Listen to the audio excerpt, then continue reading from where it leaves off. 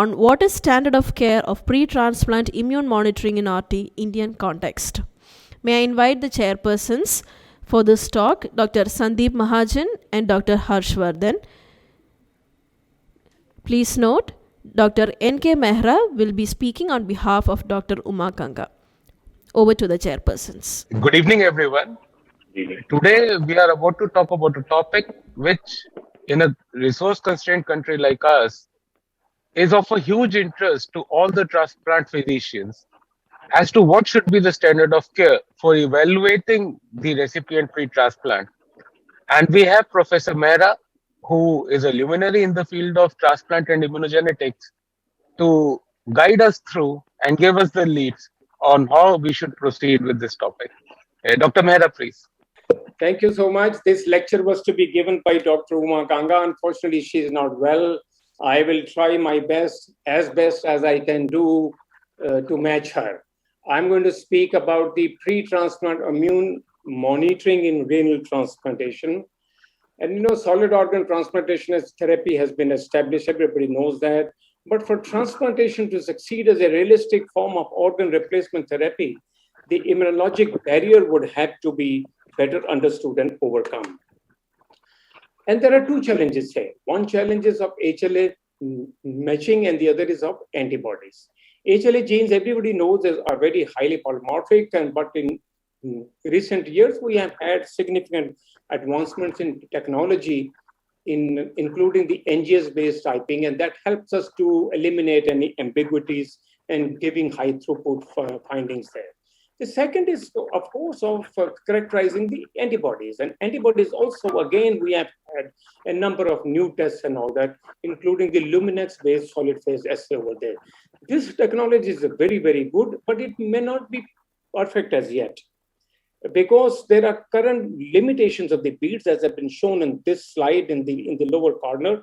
The most important of this is that the HLA antigens on the bead surface can be denatured, leading to false positive or false negative reactions as well. Also, in populations like India, where we have several novel alleles, they may not be represented on the beads. What I want to talk about is the alloimmunity driving rejection. There are two arms to that. One is the T cell mediated one, which is largely under control, and we are not bothered about it because of the number of immunosuppressive drugs that we have. Our problem is that of the ABMR, which is acute and the chronic. Acute is now becoming very rare, also because of the fact that we try to avoid transplants in the presence of high titer pre-formed donor-specific antibody.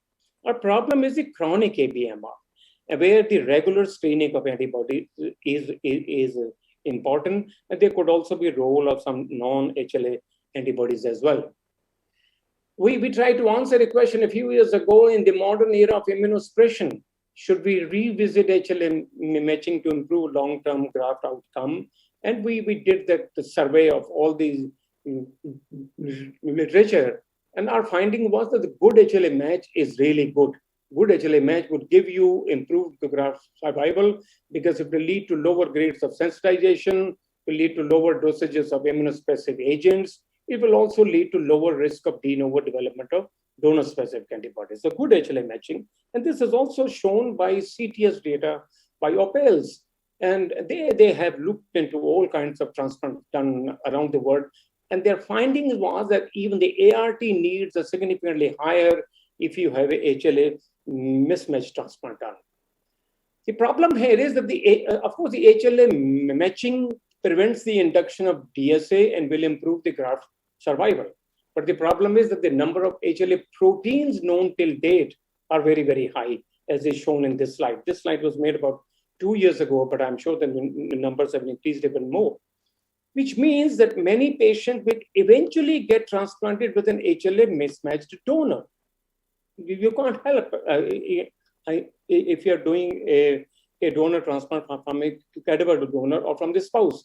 The good thing is that not every HLA mismatch leads to antibody response and graft rejection. The big question is for us, which patient will do well and which not? And for that, the challenge is to identify non-immunogenic HLA mismatches which do not lead to antibody formation in an individual and use this knowledge actually for donor selection. And also develop improved assays to differentiate between pathogenic and the inert donor-specific antibodies. This slide shows the technological advancement. We started in, I was in AIMS in the early 70s, from serology days to RFLP to PCR, which is even now being done. But the latest in the field are the sequencing, the SPT, the NGS, and the TGS as well, the next generation sequencing. And this has led to a sort of improved knowledge in terms of allelic designation over there. We not only look at the allele group, but the specific protein and the coding in the non-coding region as well. This is what we have been doing in SRL. I really go as an honorary mentor to the SRL labs, and we have been starting to doing an NGS-based typing over there. And we find a number of novel alleles. You see this HLA-A2, the most common subtype that you see in the Western world is the O201. But in India, we have at least about 1/3 of these A2s are also O211, which is a novel allele that is found only in the population of India. So the NGS is very helpful in identifying several novel alleles in the Indian population. And I'm sure that the data is also generated in other centers in India. NGS is actually the technique of choice for HSCT, but could also be useful in RT as well in certain situations. Let me go back to the role of HLA and antibodies and talk about the issues and concerns there.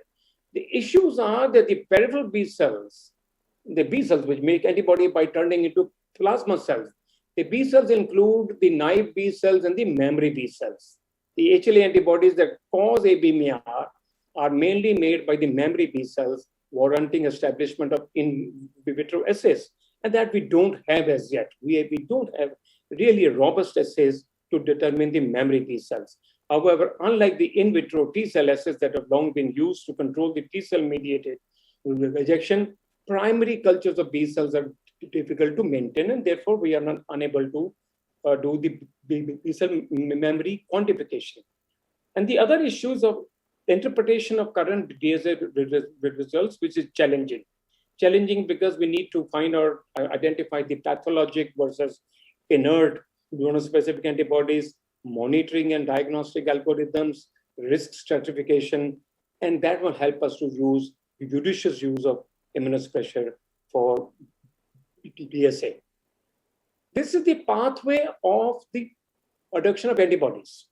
You need the memory B cells. The memory B cells are lodged in the secondary lymphoid organs and in circulation. And as you put a transplant, they sort of re-encounter the antigen over there, the donor antigens that come along the kidney, and that leads to the plasma cells in bone marrow. The plasma cells will go on to make the antibodies. And this is the 3 very important tests that we do in the laboratory. And there's a comparison of these 3, the comparison of antibody testing tools. The CDC, which is a good old test, still very useful, and we use it normally in the pre-transplant stage. Flow is another very, very important test, even more sensitive, maybe 10 times more sensitive than the CDC test, is also used in the pre-transplant stage. And then I said this solid phase single antigen bead through the Luminex over there, which can be used both in the pre and the post-transplant stage. I would say that it should be used extensively for the post-transplant monitoring of antibodies there. And for the Luminex-based tests, there are actually 5 tests that we use in the laboratory. One is a simple test to find out whether the antibodies are there or not. And then the PRA test to look at the sensitization status against HLA-1 or 2, or the donor-specific antibody test, which is like a virtual cross-match. But the most important of these, of course, is the SAB, which gives you the information on the allele-specific antibodies against HLA class 1 or the 2. You can also have a kit that looks primarily into HLA-DQ antibody, because a lot of people believe that most of the de novo development of antibodies that we have post-transplant are actually against the DQ. We did a study some years ago on comparative analysis of Luminex-based donor-specific antibody MF5 that were used with the CDC test and the flow test. And this was a very useful sort of study which has been quoted extensively. It shows to us that when you look at when you compare the MFI with the solid phase assay with the flow, unless the MFI goes 3,000 and above, flow doesn't show positivity. And this is even more when you do this CDC, unless the MFI goes up to 7,000 or so, whereas our cutoff for a positive MFI is 1,000, or actually a lot of centers are now going even below. They're even being more careful that even if it is a 500 and above, you have to be careful in terms of the antibodies over there. So even though the CDs and the flow are good tests, but you need to really combine them with the solid phase assay. And this is the algorithm for the DSA testing for identifying a potential living donor. You do a solid phase assay, and a lot of people want us to do the solid phase assay. If it is negative, there is no HLA antibody over there, you don't need to do any more tests. However, if it is positive, and the SAB has, if that has not been done, it should be done, then you can do the flow as well. And with the flow, now you have two tests. You have the DBSA with the solid phase assay and the flow. If the cross match with the flow is consistent with SAB, if it is positive with DBSA, positive with the flow, cross match over there, you need to find another donor. This donor will not be good. However, if we do find it is negative SAB for the DSA, negative also for the cross match, then it's a low risk and the transplant can be done. There could also be a situation when you have inconsistent findings over there. The flow is positive or this is positive, and then also this is uncertain time. So you have to really use a combination of the two. This has also been shown very clearly in this multidisciplinary study called STAR, which is published in 2018 by Alan Tambor. Tambor is, I'm sure, in this conference here. And they have compared the CDC, the flow, and the single antigen beat, whether all the three are positive or all the three are negative, or one or two, and look at the history of sensitization. Then look at also the HLA mismatch. If the mismatch is high, then you will have the increased risk of the de novo alloimmune response as well. Of course, the best is all these three tests are negative, no history of sensitization, matching is good, or you have a HLA identical sibling there. That is the lowest risk there. But the next question that comes up is how relevant are the complement binding antibodies in renal transplantation? This is a question that we've been trying to solve because there are a number of tests that have become available. The Luminex test that we have, it detects all IgG isotypes irrespective of their ability to fix the complement. But then we have tests like the C1q assay and the C3d assay. I don't want to go into the details of the assays, but and suffice for me to say that we are very happy with the C3d test, because it looks to me to be the more accurate to predict the in vivo complement activation. People also do sometimes the IgG subclasses as well, whether it's the IgG1 or the IgG3, which are mostly the complement binding antibody. And I want to highlight the point by giving you two cases here. This is a case that came to us from Africa, and the son was the donor, which you can see the haploidentical. The pre-transplant immunological work showed that the CDC cross-match was negative, flow negative, but the Luminex was very high. You can see that the MFI was very high. And we were trying to answer the point, could this be due to some background? We did all of those tests to make sure this is not due to the background. Could these be DSAs? And it proved out to be no. Could this be due to the presence of non-complement binding antibodies? You see, sometimes you can have the non-complement binding. And in this case, it came out to be true, and I can show you the test that this is done by my colleague in SRL, Dr. Yoginder Singh.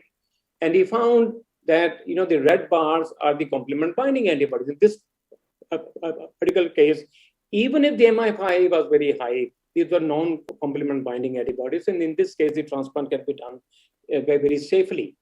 Compared to that, we have a case number 2. This is of Indian ethnicity. The donor was unrelated. There was a mismatch as locus A. And again, the CDC negative, flow negative, and the SAB was very, very high. The MFI was very high. Again, we did all of those tests to prove. And we then looked at also the check for the false positivity of this reactivity to 1101. And in this particular case, we found by doing this C3D assay, the complement binding assay, that there were high titer deleterious antibodies, which were not picked up by the CDC and flow. And this is very clear here. There's red bars. These are our angry complement binding antibodies. One has to be very careful of those. The complement binding antibodies are extremely deleterious for the graft. This is also shown by others as well, who compared the C1q test with the C3D test. And in this study with the children transplants over there, their findings were that the C3D positive antibodies were associated with positive C4D histological staining and were significantly associated with worst long-term allograft survival there. The last point, of course, one can also look at the non-HLA antibodies. Because of the lack of time, I'm not going to go into the details of that. We've done huge amount of studies in the AIMS, and it is continuing now, looking at the mimic antibodies, but these will vary from one organ to the other. And my last slide is I wanted to show you the role of natural killer cells in modulating the immune response following kidney transplantation. Natural killer cells, the NK cells, are very important as well. By the way, I'm very fond of NK cells, but my initials are also NK. You know, here the NK cells have multiple roles. They are associated with graft rejection because the CD56-DIM or the CD16 positive NK cells can promote antibody-dependent cell-mediated cytotoxicity against the graft by interacting with the donor-specific antibodies, as is shown over here. But they could be other way around as well. They could actually generate what we call the transplant tolerance. By, the activated NK cells could actually lead to killing of the donor-derived dendritic cells. And this has been shown in a mouse study, where they showed in the mouse transplantation study, IL-10 release over there, and this was mutually influenced by the Treg cells.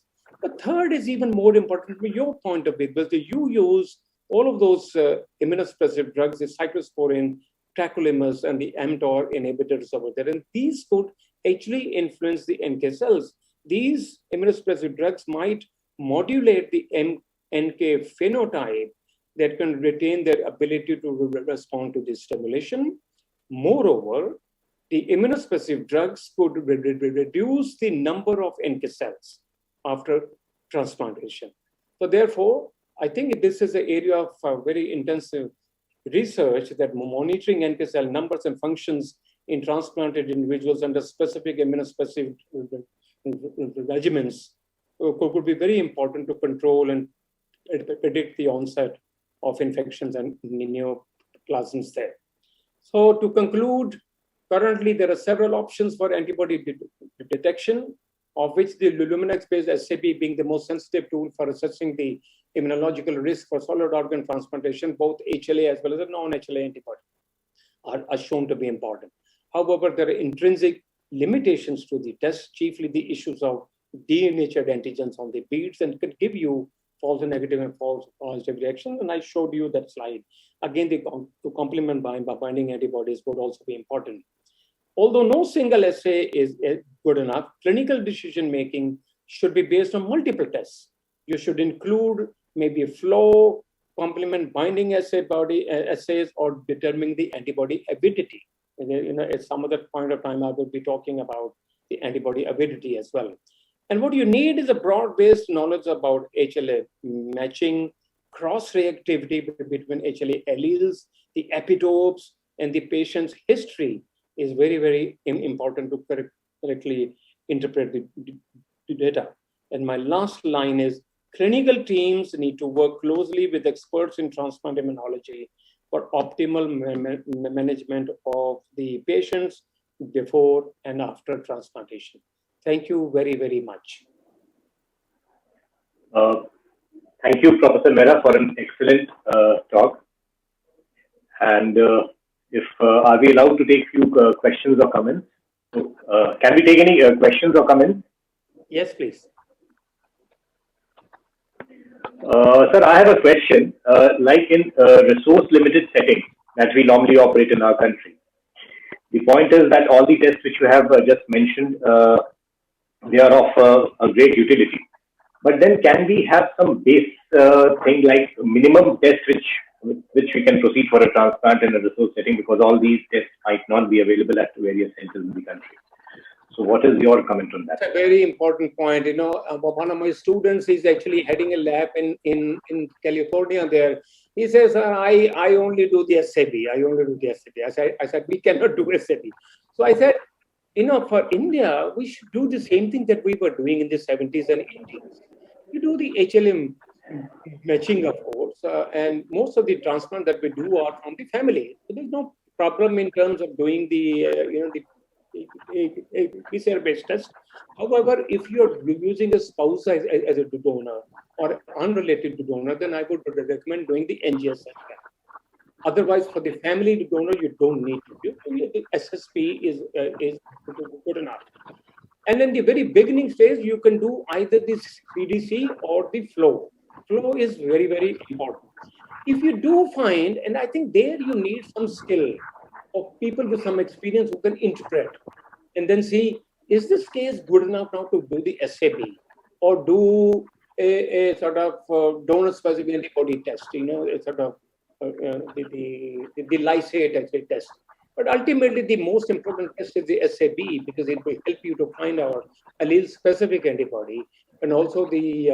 But then again, as I showed you in that case of African, the MFI was very high, the flow was negative, the CDC was negative, but it turned out to be non-complement binding antibody. There's no point in keeping this guy on the list for a transplant. We should actually go ahead and transplant it.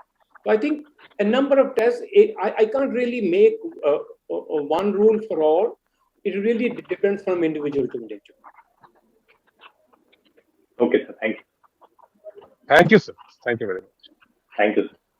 Thank you very much. Thank you. Thank you, sir. So we hand over back to the organizers for subsequent session. Thank you, speakers, Dr. N.K. Mehra and the chairpersons chairing the session.